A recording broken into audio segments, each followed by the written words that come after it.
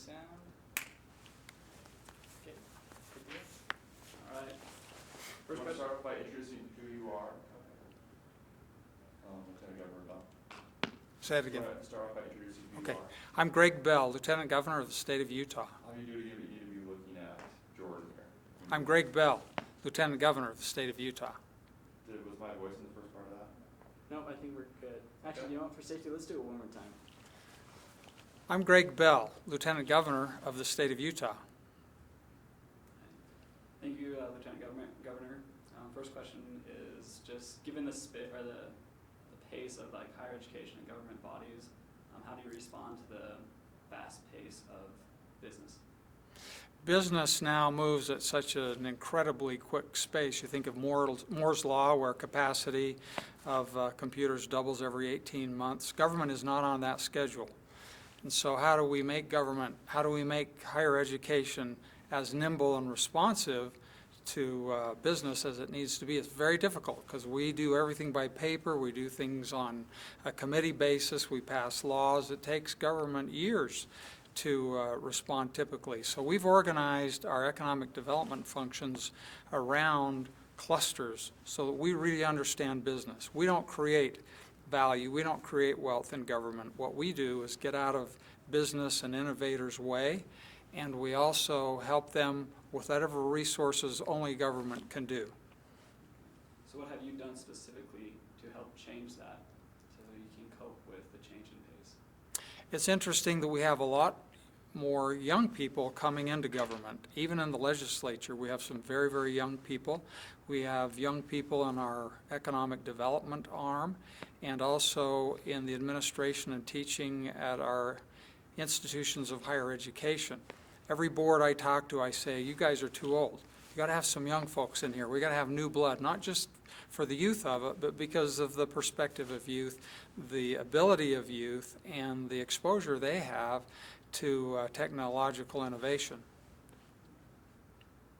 Why did you choose Utah to practice politics, business, law, etc.?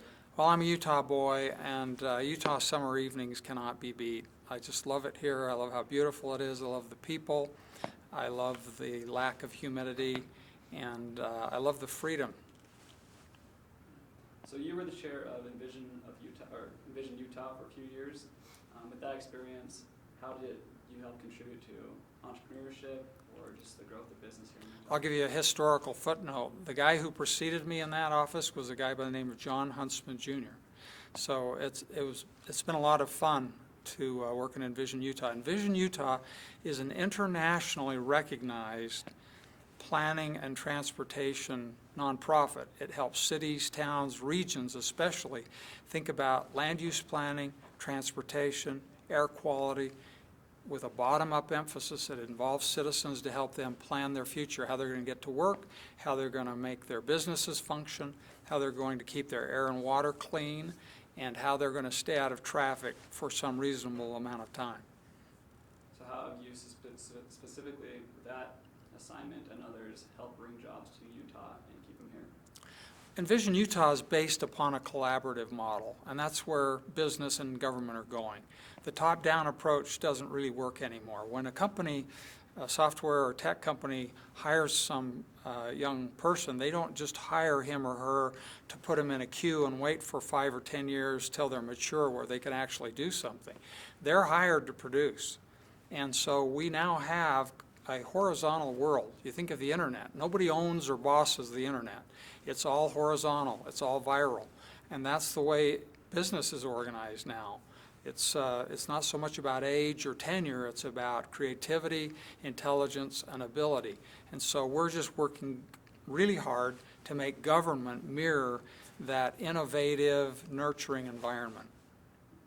On that innovative environment, how have you specifically and government as a whole used social media to further your platform?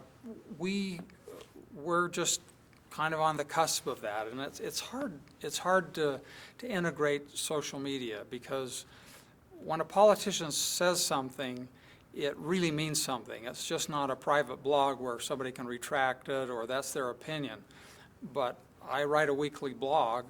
When I write it, it goes into history, as it were.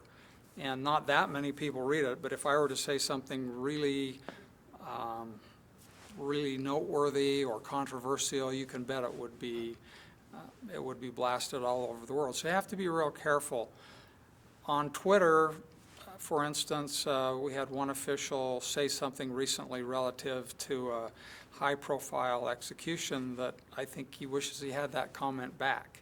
And so we're just going to have to see about particularly the lower level, more casual social media. But certainly in terms of communication, getting the word out, going digital, that's where we're all moving. So speaking of your blog, last month you had a post about unemployment and college degrees.